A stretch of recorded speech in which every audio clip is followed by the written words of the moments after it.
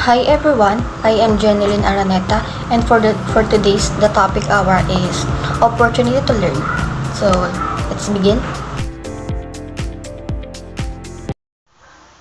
The concept of the opportunity to learn is fundamental in the field of education, particularly within the framework of the principles and method of teaching. It encompasses the various strategies and approaches educators employ to facilitate student learning. We have the factors of the opportunity to learn. First, the quality of instructions, effective teaching methods, clear explanations, and engaging activities. Second, the curriculum and materials, relevant, challenging, and a well-organized curriculum. Third, the class size. Smaller class sizes can often lead to more individualized attention.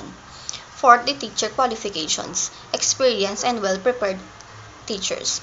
Fifth, the school climate and safety, a positive and supportive learning environment. And the last, the access to resources, sufficient books, technology, and other learning materials. Opportunities to learn can be the formal, informal, and non-formal. For the formal, we have the structured educations, workshops, conference, and the training programs.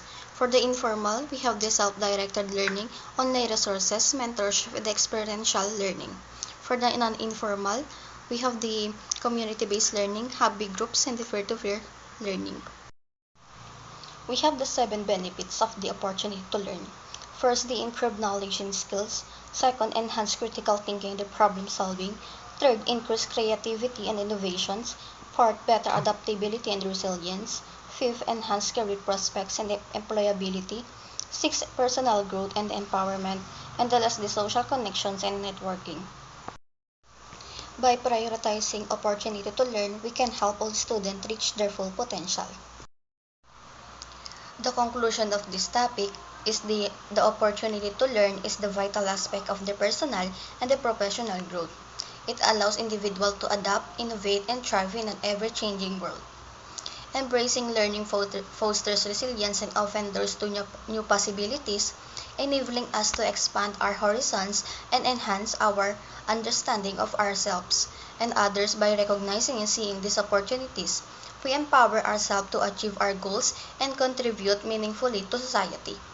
In essence, learning is not just a process, it's a lifelong journey that enriches our lives and shapes our future. Thank you for listening.